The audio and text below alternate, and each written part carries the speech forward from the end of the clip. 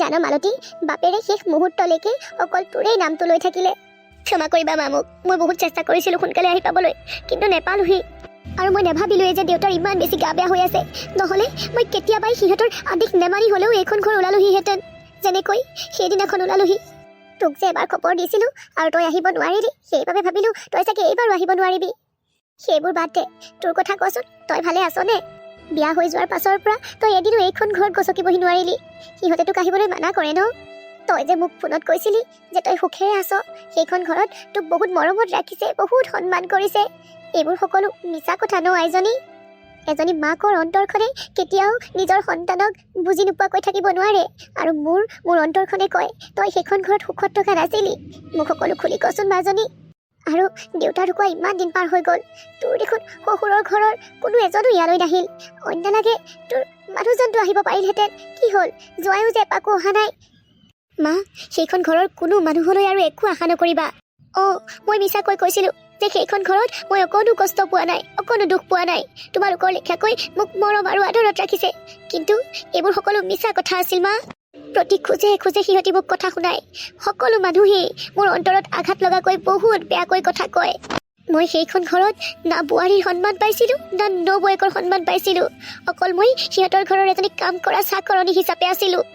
মই সেইখন ঘৰত প্ৰথম ভৰি দিওঁতেই গম পাইছিলোঁ মা, যে সিহঁতি মোক কিবা স্বাৰ্থত ব্যৱহাৰ কৰিছে। নহ'লেনো ইমান ভাল মানুহে ঘৰে, ইমান ধুনীয়া ল'ৰা এটাই মোৰ লেখীয়া ভৰি চুটি ছোৱালী এজনীক বিয়া কৰাবনে? কিন্তু মা, ইয়াৰ মাজত কি স্বাৰ্থ লুকাই আছে সেইটোক জানিবলৈ মোৰ বহুত সময় লাগিল। সিহঁতি মোক কোনো দিনাখনেই জানিবলৈ নিদিছিল যে সিহঁতি মোক টকাৰ কাৰণে বিয়া পাতিছে।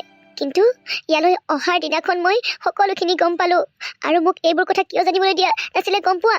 কি জানিবা, মই যোনদিনাখনেই গম পাওঁ সেইদিনাখনেই সেইখন ঘৰ এৰি গুচি আহোঁ, আৰু সিহঁতি দেউতাই দিবলগীয়া টকা পাতি 5 লাখ টকা হেৰুৱাব বুলি। কি? তই এইবোৰ কথা কেনেকৈ গম পালি? ইয়ালৈ অহাৰ দিনা সিহঁতি নিজ মুখেৰে স্বীকাৰ কৰিছে।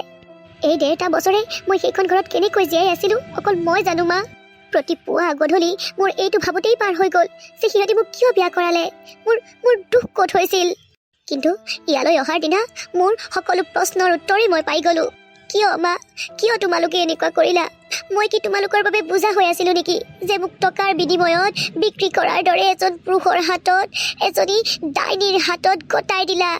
মোক তোমালোকে অলপো জানিবলৈ নিদিলা যে মোৰ বিয়াৰ বাবদ তোমালোকে 20 লাখ টকা দিবলগীয়া হৈছে। ভালতী, ক্ষমা কৰ আমাক, ক্ষমা কৰ। তোক আমি এইটো কথা জানিবলৈ দিয়া নাছিলোঁ, কাৰণ তই জানিলে কিজানি বিয়াখন ভাঙি পেলাও। বাপেৰৰ এটাই সপোন আছিল, যেনে তেনে তোক বিয়া দিয়া। এইটো কাৰণে নহয় যে তই আমাৰ ওচৰত বোজা হৈ আছ, এইটো কাৰণে যাতে বিয়াৰ পাছত তোৰ জীৱনটো সুখৰ হয়, তোৰ অন্ধকাৰ হৈ পৰা জীৱনটোলৈ পোহৰ আহে। বাপেৰে ভাবিছিলে টকা দিয়াৰ পাছত সেইখন ঘৰৰ মানুহে তোক বোৱাৰীৰ মৰ্যাদাই দিব, পত্নীৰ মৰ্যাদাই দিব। কিন্তু এবাৰো ভবা নাছিল যে সিহঁতি টকাকেইটা আদায় কৰিবলৈহে চাইছে। তোক যে ফোন কৰি এইখন ঘৰলৈ মাতিছিলোঁ, আৰু সেইদিনা তোৰ সলনি তোৰ শাহু এইখন ঘৰলৈ আহিছিল। আৰু তেতিয়াই আমি গম পাইছিলোঁ যে তোৰ লগত সেইখন ঘৰত বহুত বেয়া ব্যৱহাৰ হৈ আছে। সিহঁতি কেৱল টকাৰ কাৰণেহে তোক নিলে, তোক পত্নী বা বোৱাৰীৰ মৰ্যাদা দিবলৈ নহয়। কিন্তু মাজনী, বাকী 5 লাখ টকা দিবলৈ আমাৰ হাতত যে একেবাৰে সাধ্য নাইকিয়া হৈছিল। বাপেৰৰ দৰৱ কেইটাৰ কাৰণে মই এই লোকৰ ঘৰত কাম কৰি কেইটামান টকা যোগাৰ কৰিছিলোঁ। তেনেস্থলত আৰু কেনেকৈ মই 5 লাখ টকাৰ যোগাৰ কৰোঁ? যোগাৰ কৰি 5 লাখ টকা সিহঁতৰ হাতত নিদিলা, বহুত ভাল কাম কৰিলা মা। তুমি কি ভাবিছা সিহঁতি 5 লাখ টকা পোৱাৰ পাছত মোক কি বোৱাৰী বুলি মানি ল'ব? নাই, সেই 5 লাখ টকা পোৱাৰ পিছত সিহঁতি মোক এনেদৰে বাহিৰ কৰিয়েই দিলেহেঁতেন। কি মানে তোক সিহঁতি ঘৰৰ পৰা উলিয়াই দিছে? মা, সিহঁতি মোক সিহঁতৰ ঘৰৰ পৰা উলিয়াই দিছে। আৰু যদি উলিয়াইও নিদিলহেঁতেন, মই নিজেই ওলাই আহিলোহেঁতেন। কাৰণ মই যেতিয়া এইবোৰ কথা গম পালোহেঁতেন, কেনেকৈ সেইখন ঘৰৰ মানুহবোৰৰ লগত থাকিলোহেঁতেন তুমি কোৱা? সেইকাৰণেই মোৰ শহুৰৰ ঘৰৰ কোনো এজন মানুহ ইয়াত দেখা দিয়া নাই, বা মোৰ মানুহজন ইয়ালৈ অহা নাই। মই সিহঁতৰ লগত সকলো সম্পৰ্কই শেষ কৰি থৈ আহিছোঁ মা। যদি তুমি মোক তোমাৰ লগত নাৰাখোঁ বুলি ভাবিছা, মোক কৈ দিবা, মই ক'ৰবাত কৈ থাকিমগৈ। কি কওঁ পাগলীজনী, তোক বাৰু মই কেলৈ মোৰ লগত নাৰাখিম? মই তোক জন্ম দিয়া মা হয়। এই সাৰ কথা তই আকৌ দুবাৰ নকবি মোৰ আগত। বাপেৰে খালি বৰ আশা কৰিছিলোঁ বিয়াৰ পাছত তোৰ জীৱনটো সুন্দৰ হৈ পৰাটো, কিন্তু সেয়া ভগৱানে নিদিলে। মা, যদি মই সেইখন ঘৰত থাকিলোহেঁতেন নহয়, তুমি কেইদিনমানৰ পাছত তোমাৰ জীয়েৰৰ মৰা মুখখন দেখিলাহেঁতেন। সিহঁতি মোক মাৰি পেলালেহেঁতেন। সেইখন ঘৰত কোনো এজনী ছোৱালীয়ে ধুনীয়াকৈ বোৱাৰীৰ জীৱনটো পাৰ কৰিব নোৱাৰে মা। মই ভুক্তভোগী। এতিয়া যদিবা প্ৰীতমে নিজৰ ভুলটো স্বীকাৰ কৰিছে, নিজৰ ভুল বুজি পাইছে, মোৰ ওচৰত হাতযোৰ কৰি ক্ষমা খুজিছে, কিন্তু কি হ'ব, তেখেতে ক্ষমা খুজিলেও তেখেতে যিমানবোৰ বেয়া কাম কৰিলে সেইটোতো ভাল হৈ নাযায়। হ'ব দে মাজনী, পাহৰি পেলা, তোৰ অতীতৰ জীৱনটোৰ কথা পাহৰি পেলা। ঘৰৰ ছোৱালী ঘৰলৈ উভতি আহিছ, এতিয়া মাৰ জীয়েৰে কোনোমতে দুবেলা দুমুঠি খাই সুখেৰে দিনবোৰ পাৰ কৰিম দে। ভগৱান আছে জানো, দেখিছ বাপেৰে মোক অকলশৰীয়া কৰি থৈ গ'ল নহয়, এতিয়া লগ এটা দিবলৈকে তোক মোৰ কাষলৈ পঠিয়াই দিলে। মা নাকান্দিবি অ সোণজনী, নাকান্দিবি, তই চাগে এই 1.5 বছৰে অকল কান্দি কান্দিয়েই পাৰ কৰিলি। এতিয়া আৰু কন্দা বন্ধ কৰ, তই এতিয়া হাঁহি মাতি থাকিবি, মোৰ লগত থাকিবি।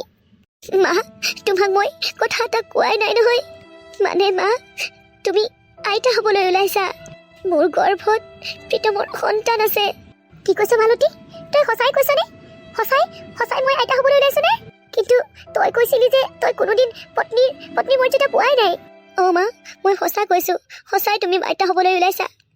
এইটো সঁচা কথা যে প্ৰীতমে মোক কোনোদিনাখনে পত্নীৰ অধিকাৰ আৰু মৰ্যাদা দিয়া নাছিল, কিন্তু সেইদিনা প্ৰীতমৰ কি হ'ল মই অকণো ধৰিবই নোৱাৰিলোঁ। হয়তো ভগৱানে এক মুহূৰ্তৰ কাৰণে মোৰ জীৱনলৈ সুখকণ আনি দিছিল। মা এতিয়া পিছে সিহঁতৰ ঘৰৰ মানুহে এইটো কথা গম পায় নে নাপায়? গম নাপায় মা, আৰু মই গম পাবলৈও নিদিলোঁ। কিয় গম পাবলৈ নিদিলি? কিজানি এইটো খবৰ পোৱাৰ পাছত সিহঁতৰ মনোভাৱ সলনি হ'লহেঁতেনেই, প্ৰীতমে তোক পত্নীৰূপে আঁকোৱালি ল'লেইহেঁতেন। নাই মা, লাভ নাই। মোৰ গৰ্ভত প্ৰীতমৰ সন্তান আছে বুলি গম পালেও প্ৰীতমৰ শাহুৱেকজনীয়ে মোক কেতিয়াও বোৱাৰী ৰূপে স্বীকাৰ কৰি নলয়, কাৰণ তেখেত এগৰাকী টকালোভী মানুহ। আৰু বাকী প্ৰীতমৰ কথা, প্ৰীতমে অইন ছোৱালী এজনীক ভাল পায়, মাকৰ কথাত বা টকাৰ কাৰণেহে মোক বিয়া কৰাইছিল। এতিয়া হেনো তেখেতে ভাল পোৱা ছোৱালীজনীকে তেওঁৰ জীৱন সংগী কৰি আনিব, আৰু সেইকাৰণে মই এইটো খবৰ নিদিলোঁ। মই এই 1.5 বছৰে সেইখন ঘৰত থাকি সেইখন ঘৰৰ মানুহবোৰৰ হৃদয়ৰ কথা, মনোভাৱৰ কথা ভালকৈ চিনি পালোঁ মা। গতিকে মই জানো মোৰ গৰ্ভত সন্তান থাকিলেও সেইখন ঘৰৰ মানুহে কেতিয়াও মোক সেই সুখকণ দিব নোৱাৰে যিকণ তুমি মোক দিবা। হ'ব দে বাৰু, তোৰ যেনেকৈ ইচ্ছা তেনেকৈয়ে কৰ। আমি টকাৰ বিনিময়ত তোক এইখন ঘৰৰ পৰা উলিয়াই দি ইতিমধ্যেই বহুত ডাঙৰ ভুল কৰিলোঁ। এতিয়া আৰু মই একো ভুল কৰিব নিবিচাৰোঁ। তোৰ মনৰ সুখ য'তেই থাকে তই সেইটোকে কৰিবি। এতিয়া মই আৰু কঁকালত গামোচা বান্ধিবৰ হৈ গ'ল, এতিয়াৰ পৰা মই আৰু দুগুণ কষ্ট কৰিম। মোৰ আইজনীৰ কোলালৈ অকণমানি এটা আহিব, আইতাকজনী শক্তিশালী হ'ব নালাগিব জানো? আৰু তই এতিয়াৰ পৰা সেইবোৰ কথা একেবাৰে চিন্তা নকৰিবি, মনৰ পৰা বেয়া মনোভাৱবোৰ আঁতৰাই পেলাবি, বেয়া চিন্তা মনলৈ কেতিয়াও নানিবি, আৰু কাম বনবোৰ বেছিকৈ নকৰিবি, একদম আৰাম কৰি থাকিবি। ঘৰৰ সকলোখিনি কাম মই কৰিম। হ'ব মা, তুমি যেনেকৈ কৈছা তেনেকৈ হ'ব। জানা মা, এতিয়াহে মই শান্তিৰে উশাহকণ ল'ব পাৰিছোঁ। মোৰ জীৱনলৈ সুখখন এতিয়াহে নামি আহিছে। সেইখন ঘৰত মই কেনেকৈ জীয়াই আছিলোঁ তোমাক মই বুজাব নোৱাৰোঁ। এতিয়া আৰু মোৰ চিন্তা নাই, এতিয়া মই কান্দি কান্দি নহয়, তোমাৰ সতে হাঁহি হাঁহি এইখন ঘৰত থাকিম। আৰু মই হাঁহি মাতি থাকিবই লাগিব, মই ভাল মনেৰে থাকিবই লাগিব, অন্য নহ'লেও মোৰ গৰ্ভত থকা সন্তানটোৰ কাৰণে ন মা? অঁ আকৌ পাগলীজনী।